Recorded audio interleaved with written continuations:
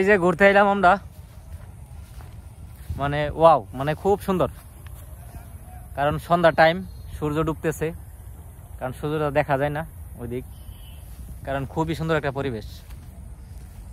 মানে এত ভাল লাগছে আমার কাছে, খুবই ভাল লাগছে দেখার মতো। কারণ কারণ গ্রামের পরিবেশ তো গ্রামের পরিবেশ, কারণ গ্রামের পরিবেশের মতো কোনো জায়গায় শান্তি নাই, আপনি শহর বলেন যেখানেই বলেন, কারণ গ্রামের মতো সুন্দর বা এত শান্তি সব দিকে, মানে সব দিকে আরাম, শত কিছু পুরো গ্রাম আরাম। কারণ আপনি ওই যে অনেকে বলে না যে গ্রাম ছেড়ে শহরে আসো, আসলে তা না।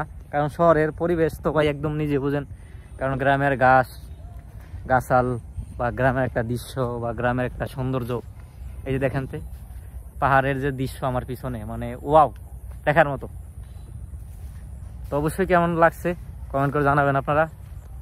আর আইছিলাম একটা কাজে, এটা হলো আপনার কি জানি বলে, আমি সঠিক জানি না। খুবই সুন্দর একটা পরিবেশ, কারণ আমার কাছে ভালো লাগছে, আশা করি সবার কাছে ভালো লাগবে। এই যে আমার এক চাচা পাক করতেছে, ধান কাটে এখানেই থাকে। এই যে কারণ যারা গ্রাম অঞ্চলে আসে এই যে সময়ে, তারা বলতে পারে কি সৌন্দর্য, মানে গ্রামের একটা দৃশ্য খুবই দেখার মতো। ভাবতেছি কাজটা একটু সময় লাগবে, তাই বন্ধুরা নিয়ে আবার ঘুরতে পারলাম এই জায়গায়, আমি একটু ঘুরে আসি।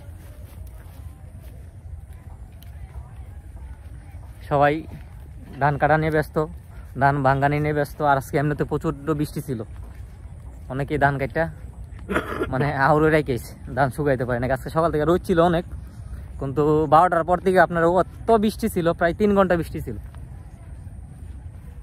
এখনো মোটামুটি আকাশটা মেঘলা মেঘলা। তো অবশ্যই কেমন লাগছে কমেন্ট করে জানাবেন। আর আসলে আউরের নামটা আমি জানি না সঠিক, তাই বলতে পারলাম না। অনেক বড়, বিশাল বড় একটা আউর। হ্যাঁ, সন্না আউর। আচ্ছা, সন্না আউর বলে, নামটা অদ্ভুত। তো অবশ্যই কমেন্ট করে জানাবেন কেমন লাগছে। সবাই ভালো থাকবেন।